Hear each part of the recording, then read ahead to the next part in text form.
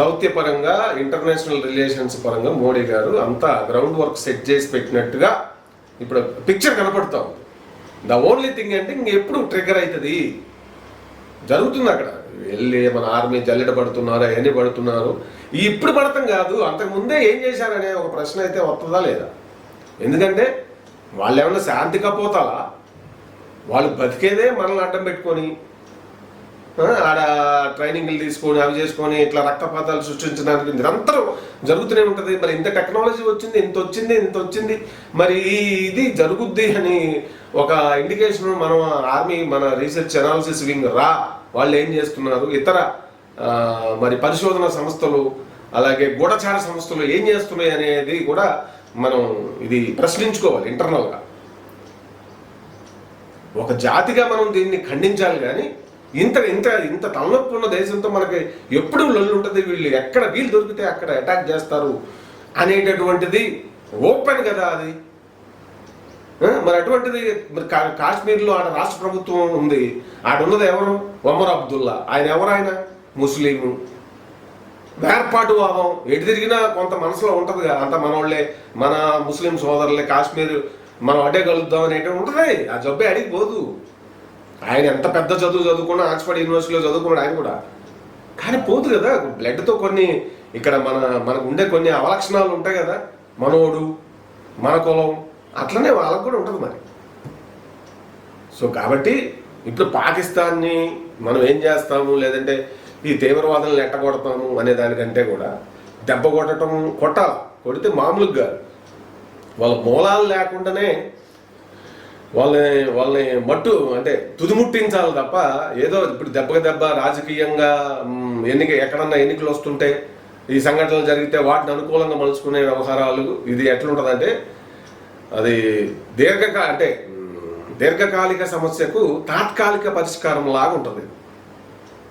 మన చిత్తశుద్ధి కనపడాల్సింది చాలా స్ట్రాటజిక్గా వ్యూహాత్మకంగా పాకిస్తాన్ని ఏకాకిని చేయటం ఆల్రెడీ చాలా వరకు చేయగలిగింది. అదే ఆ ఫ్రస్ట్రేషనే ఇప్పుడు బ్లాస్ట్ అయింది ఈ రూపంలో చేయడంతో పాటు ఆర్థికంగా మ్యాక్సిమం బలహీనపరచడం. అలాగే ఉగ్ర ముఠాలకు వస్తున్నటువంటి సహాయ సహకారాలు ఎక్కడి నుంచి వస్తున్నాయో బయటపెట్టి అందిస్తున్న దేశాలు చైనా లాంటి దేశాలపైన కూడా అంతర్జాతీయంగా మరి అంతర్జాతీయ న్యాయస్థానంలో పోరాడి ఇది అందకుండా చేసేలాగా చేస్తేనే తప్ప లేదంటే పరిష్కారం ఉండదు. వాళ్ళు ఎప్పుడు నలుగురు ఐదుగురు వచ్చి ఏముంది, ఇప్పుడు ఆర్మీ కలబడుకుంటే ఇద్దరి దగ్గర ఆర్మీ లేదా ఉగ్రవాదులు ఇద్దరు గన్స్ ఉన్నోళ్ళు షూట్ చేసుకుంటే ఎవడు కరెక్ట్గా షూట్ చేస్తే వాడు తగిలితే వాడు చేస్తారు. ఈ దుర్మార్గులు AK-47లో అంతకంటే అడ్వాన్స్డ్ వెపన్స్ తీసుకొని వచ్చి నిరాయుధులైనటువంటి సివిలియన్స్ ఆ ప్రకృతిని, చెట్లని, పుట్లని, పక్షుల్ని చూస్తూ ఆనందిస్తూ మైమరుస్తూ ఉన్నటువంటి అమాయకుల్ని, ఆడవాళ్ళని, పిల్లల్ని, వాళ్ళకు తోడుగా ఉన్నటువంటి మగవాళ్ళని దారుణంగా కాల్చేసి వాళ్ళు ఇది మేమున్నాం ఇక్కడ, మమ్మల్ని దాటి వెళ్ళలేరు మీరు, ఎప్పటికైనా మాదే కాశ్మీరు అని చెప్పడానికి ఒక ఎక్స్ప్రెషన్ వాళ్ళు ఇంత రక్తపాతం చేశారు. కాబట్టి అంతర్జాతీయంగా ఏకాకిని చేస్తూనే ఈ ముష్కరులు ఎవడైతే దెబ్బ కొట్టారో ఆ టెర్రరిస్ట్ దళాలని రూట్స్తో సహా పెకలించి వేయాల్సినటువంటి ఎత్తుగడ దబోల్ గారు చేయకపోతే, ఏది మన జాతీయ భద్రతా సలహాదారు దబోల్ గారు, ఆయనే మన గుండె ఇప్పుడు అన్నిటికీ రక్షణ, ఆడ చైనా గురించి కానీ పాకిస్తాన్ గురించి కానీ A to Z తెలిసి ఆయనకి. మరి ఇంత దండయాత్ర జరిగే వరకు ఆయన మరి హెచ్చరించకపోవడం ఏంటనేది నాకు ఆశ్చర్యం అనిపిస్తుంది. బిపిన్ రావిత్ గారు ఆయన ఆ ఫ్లైట్ అదే ఆ హెలికాప్టర్ ఇదిలో ఆయన మరణించకుండా ఉండుంటే మనకొక అది ఆయన మరణం ముఖ్యంగా ఆర్మీ విషయాల్లో ఇక అది ఎవరూ తీర్చలేనంత లోటు అనమాట.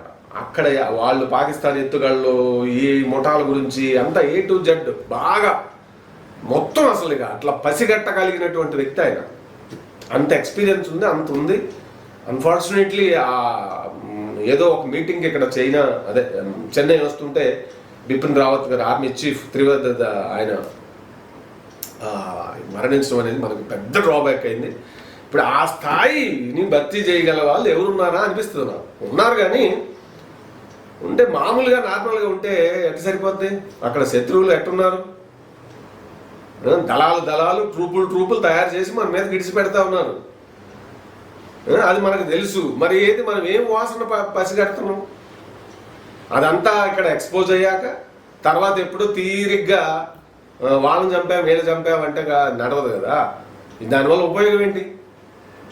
అంత ప్రాణ నష్టం జరిగిన తర్వాత. సో కాబట్టి ఇది ఈ రోజుతో ఇది కొత్తగా వచ్చింది కాదు, లేదంటే ఈ సంఘటనతో ఆగిపోయేది కాదు. రాజకీయంగా చూసినప్పుడు అంతర్జాతీయ ఇది ఉంది కాబట్టి ఖచ్చితంగా పాకిస్తాన్ని ఏకాకిని చేస్తూనే ఈ ముష్కర మూకల్ని మట్టుబెట్టే ఎత్తుగడ ప్లాన్లు, ముఖ్యంగా ఇజ్రాయిల్ లాంటి దేశాలను మనం ఆదర్శంగా తీసుకోవాలి. వాళ్ళకు ఒక స్పెషల్ ఇది ఉంది, స్పై టీమ్. వాళ్ళ దేశానికి ఎక్కడైనా సరే ప్రపంచంలో హాని తలపెడుతున్నారు అనే ఆలోచన వస్తేనే వాళ్ళు వేసేస్తారు. ఎవడన్నా కానీ దాని పేరు మర్చిపోయింది, నాకు ఇప్పుడు గుర్తురాట్లేదు ఆ దళం పేరు. దాని ఇదిగా కొన్ని వందల సినిమాలు కూడా ఉన్నాయి. వాళ్ళు కూడా హమాస్ అటాక్ని మొన్న గుర్తించలేకపోయారు. జరుగుతుంది ఒక్కోసారి.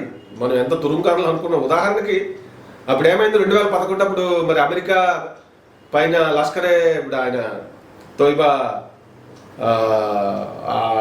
వాళ్ళు ట్రైనింగ్ ఇచ్చి వదిలిపెట్టినటువంటి వాడే వరల్డ్ ట్రేడ్ సెంటర్ పైన ఒసామా బిన్ లాడెన్ కొట్టాడా లేదా?